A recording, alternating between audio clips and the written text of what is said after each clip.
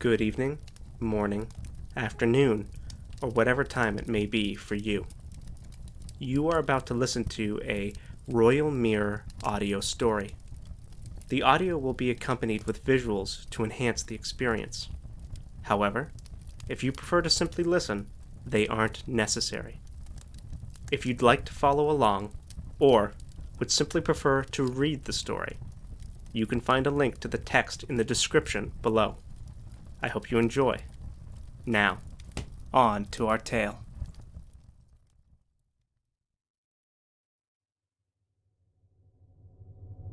War, Another Reality, Part 5. At first, the speed at which the knight managed to navigate them back to the front entrance impressed the paramedic. But he quickly considered that Voodoo was probably accessing the facility's automated wayfinding system in his augmented reality display using Liam's credentials. They arrived back at the foyer, and the knight approached the console at the front desk. Without his helmet, Liam could plainly see the wrinkles of concern etched across his face. That concern was contagious, and Liam felt his own anxiety start to rise for the first time since they arrived at the lab. The screen on the desk terminal flickered and showed the dilapidated parking lot in front of the lab. Movement could be seen on the display, revealing crudely armed and dressed scavengers directly outside. They investigated and prodded at the cameras, the quarantine door, and various other technological and security features the lab had in place. Liam cocked an eyebrow at Voodoo. "These are your friends?" he asked, clearly nonplussed by what he thought was another of Voodoo's jokes. "No," the knight stated, his tone more serious than it had been since their last scavenger encounter. Usually, too many scavengers in one place became hazardous to each other. If one was willing to lie, cheat, and steal, other looters were surely willing to do the same. However, it seemed that the massive commotion of the quarantine doors opening and the prospect of looting a still pristine and prestigious government building had emboldened them. One of the scavengers was standing directly in front of the quarantine doors, interacting with her augmented reality interface. Voodoo grimaced and continued to peer down at the console. He tapped a few buttons, making the camera feed smaller and opening up a plain text file in the freed-up screen space. Liam's eyes darted between the knight's face and the console with concern.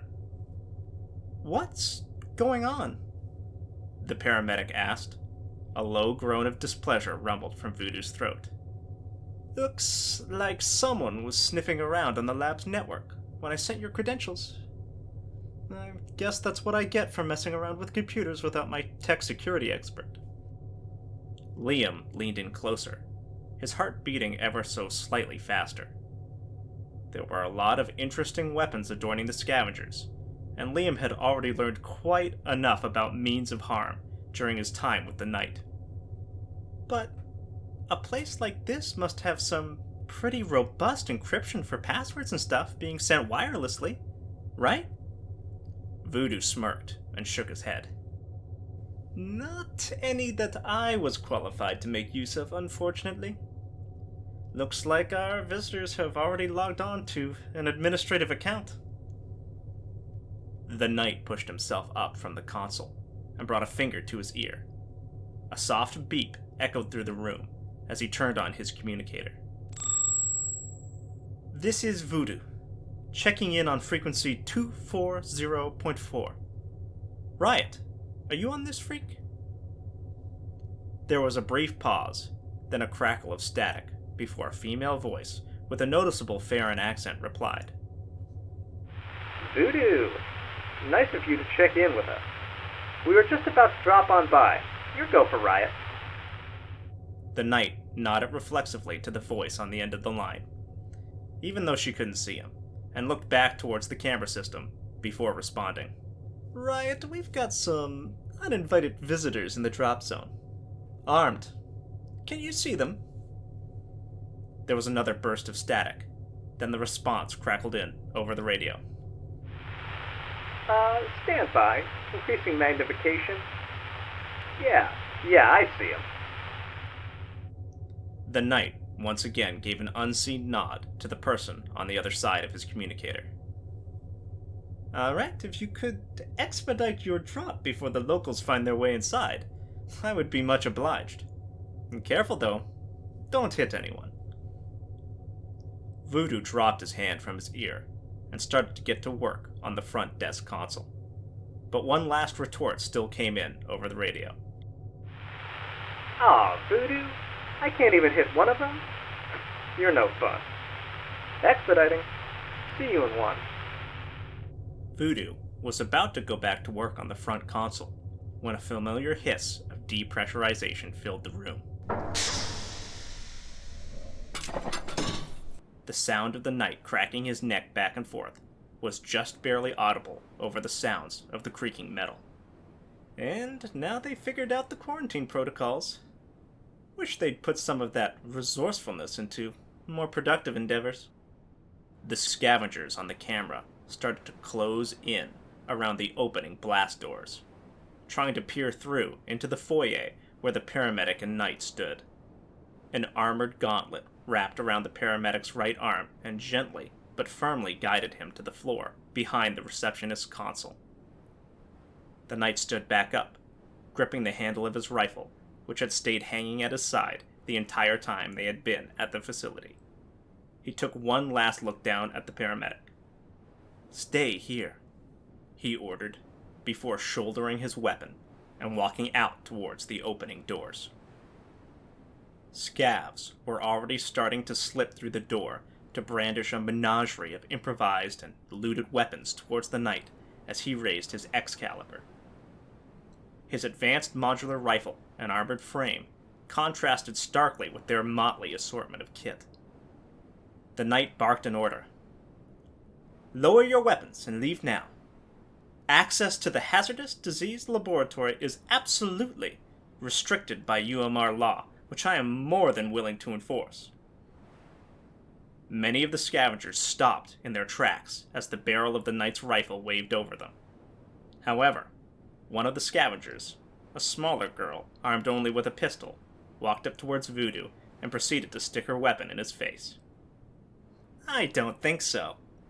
This place is ours now. You're outnumbered, and I know the knights can't afford the helmet cam footage of you gunning down civilians out on the net right now." She let out a giggle, giving the knight an insufferable smirk as she shrugged. "Besides, why does UMR law matter in New Valois? There's no UMR out here."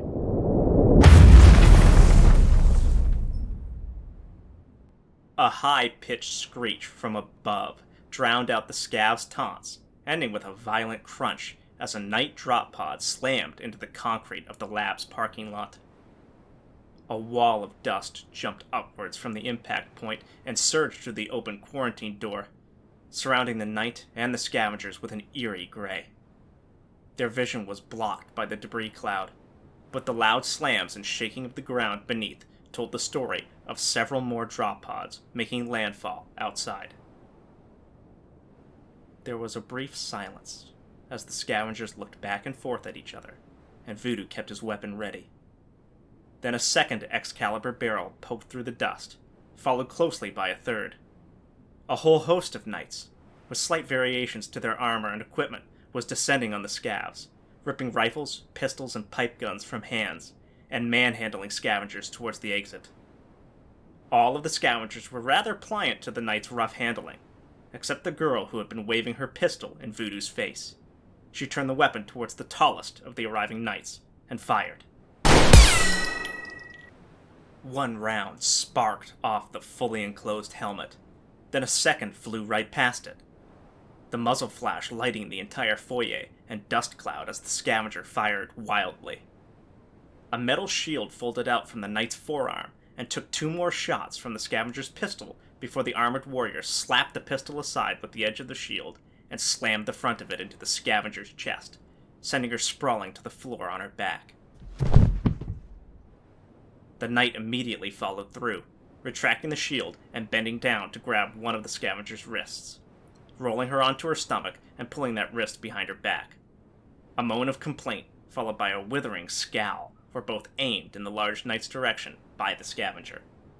Don't you... Ow! Stop! Don't you think this is a little unfair, with all that armor? The girl scavenger was yanked back onto her feet before she got the response. As the new knight spoke, Liam recognized the Farron accent from the radio. That's kind of the point. The female voice emanated from the armor's speakers. If this had been a fair fight, I would have just shot you. Voodoo reached out and put his hand on the larger knight's shoulder. Easy with her, Riot, he told her, receiving only a shrug in response. The knight started to lead, and occasionally shove, the scavengers back outside. Liam peeked over the reception desk. Voodoo gave him a nod and beckoned him over, to which the paramedic obliged. As the group made its way outside, the scavengers started to disperse, running away down dilapidated streets and clambering into ruined buildings. There was no way the knights could have kept track of them all. Sending them scurrying away weaponless was the next best thing. The small female scavenger tried to yank herself out of Riot's grasp, but the knight maintained her iron grip for a few moments more. They locked gazes, or came as close to it as they could through Riot's helmet. Then, the knight's grip released, and the scavenger bolted away, giggling and turning to give one last nefarious smile before disappearing into the destroyed cityscape. Riot turned back to Voodoo, letting out an exasperated sigh that was even more exaggerated by slightly blowing out her suit speakers. We'll have to set up a perimeter, I suppose. Not that I'm too concerned about those scavengers posing a threat. I'm just not cleaning up the mess if one of them gets crushed under the space elevator. She walked back towards Voodoo and Liam, turning to face the field of concrete and wrecked vehicles. The parking lot is more than big enough for the temporary space elevator. I'll get the team clearing out these cars right away. She leaned over and bumped her shoulder pauldron against the blonde knight. What do you think, Voodoo? Want to be the one to call it in? Voodoo looked at her and felt his face break into a broad smile. Of course I do. He turned to face slightly away from the two others, putting his finger to his ear. HMS Fidelis, this is Voodoo. Status on package Lifeline. The positive reply came back almost instantly. Voodoo, HMS Fidelis. Lifeline is ready on your mark. Voodoo nodded. Send it. The pause was longer this time, presumably to complete whatever intricate tasks were required to carry out Voodoo's request. The crackly response came in. It's sent. ETA 20 minutes. See you soon, Voodoo. As the knight lowered his finger from his ear, Liam looked up at the gray, overcast sky quizzically, as if expecting something to happen immediately. Riot failed, or perhaps did not even try, to stifle a laugh as she looked right at the paramedic. It's quite a journey from geosynchronous orbit to the new Valois biolab. It will be a while before we see anything else happen. Riot looked at the other knights, beginning to haul the charred metal wrecks and larger pieces of concrete debris out of the lot. I'm gonna need some entertainment while I supervise. Voodoo, why don't you tell me a little bit about your journey from geosynchronous orbit to the new Valois biolab, how you met your new friend here, and how you lost your helmet? She teased. Voodoo stroked his chin. All right, fair enough. Like all good missions, it was already starting to go wrong during the drop.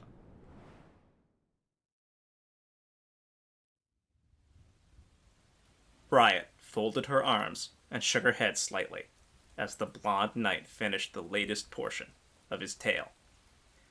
There's no way Misery Cord sold to Block 50 all the way out here. You just missed, Voodoo. Voodoo simply shrugged.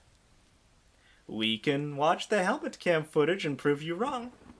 Though, fair warning, it does cut off partway through due to damage to my helmet from the fight. Riot was about to respond incredulously when a smaller member of the armored team with a scoped rifle and a hood tapped her on the shoulder. Riot turned to face her. Yeah, what is it, Edge? The hooded knight then pointed straight upwards with one metal-covered finger, and Riot's gaze followed it up to the clouds to see a ball of light shining through the overcast sky. We've talked about this. Use your words next time, Edge. Alright, people. We have visual contact with the space elevator. Clear the landing zone. Armored forms moved about rapidly, getting into safer positions away from the cleared-out, flat area of the parking lot. Voodoo, Riot, and Liam backed up into the biolab's foyer. The sound of the approaching rocket motors got louder and louder, and then Lifeline broke through the cloud layer.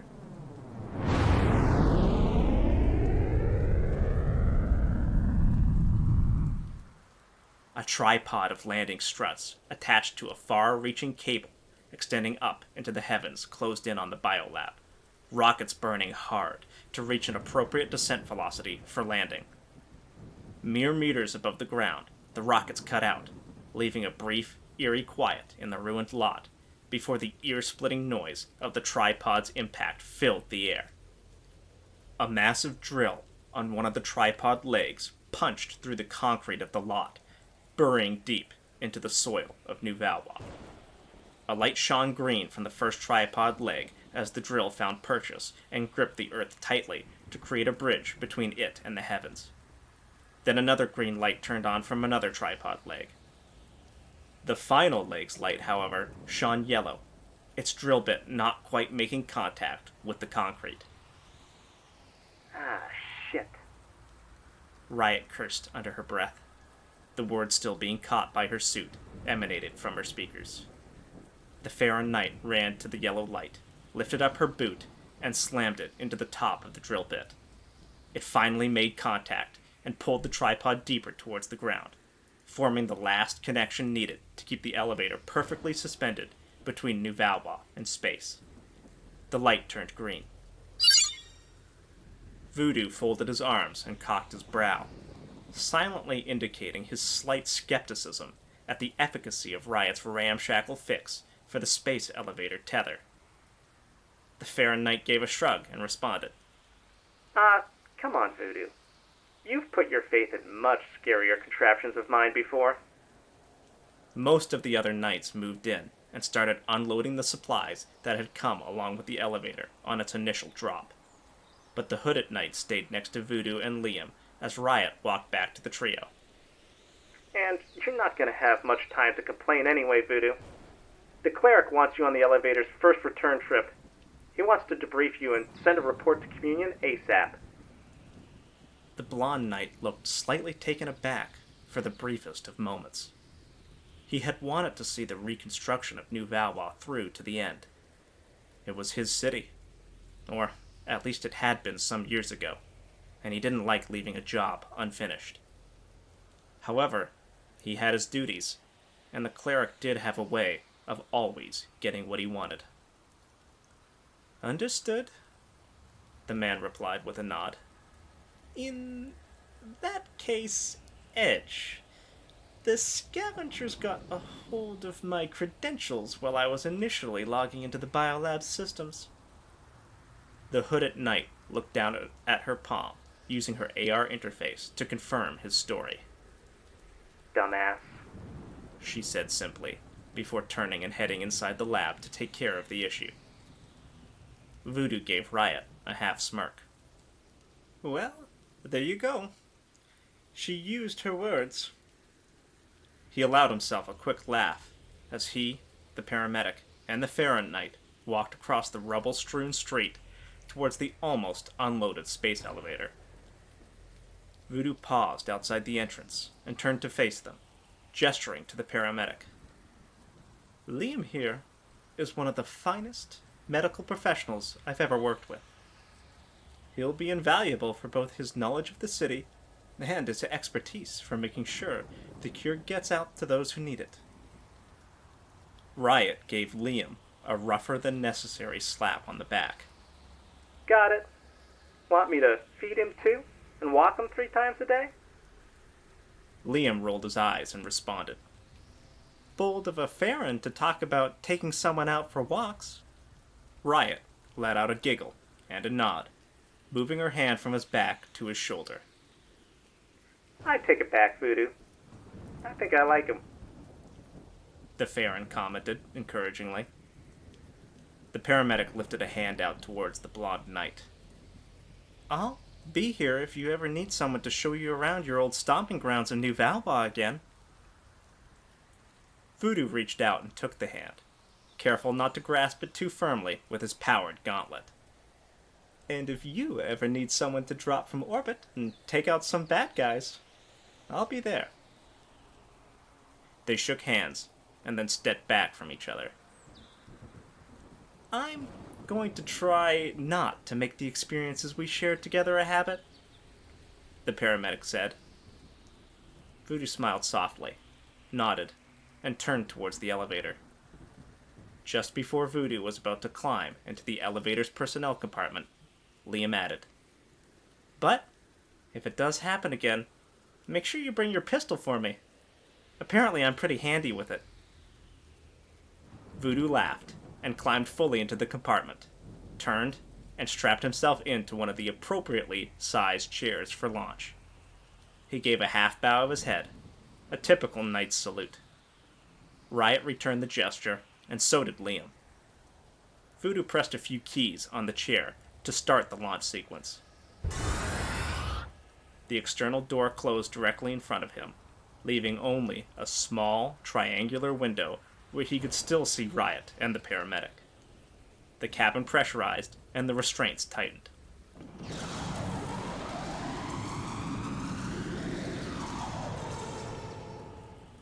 A loud roar rumbled out from underneath the elevator as the initial rocket boosters fired. Voodoo felt the G's push down on his shoulders as the capsule lifted up off the ruined ground. Riot and Liam, then the biolab, and finally all of the ruined concrete and metal spires of New Valois disappeared as he was propelled rapidly upward into the storm.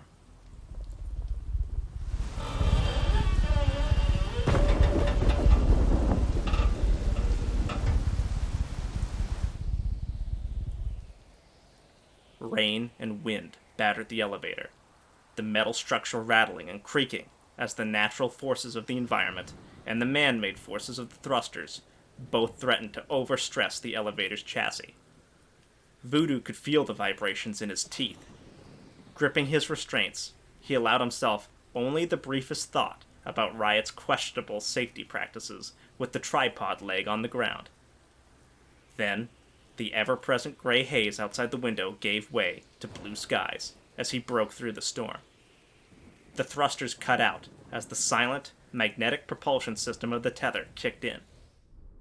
The shaking ceased, and the din quieted. For the first time since the drop, the knight was left alone, with just the rapidly approaching void of space, the hopeful twinkling of the stars, and his own still racing thoughts.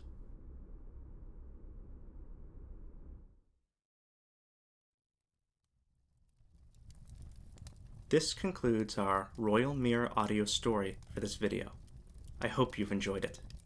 If there's an additional part to the story, it should appear in the description below when it is available. I'd like to take this time to thank all of the creators of the open source content used in this video, the ultimate creator, without whom any further creation would be impossible, and of course you, the viewer, for listening to it. Until we meet again, goodbye.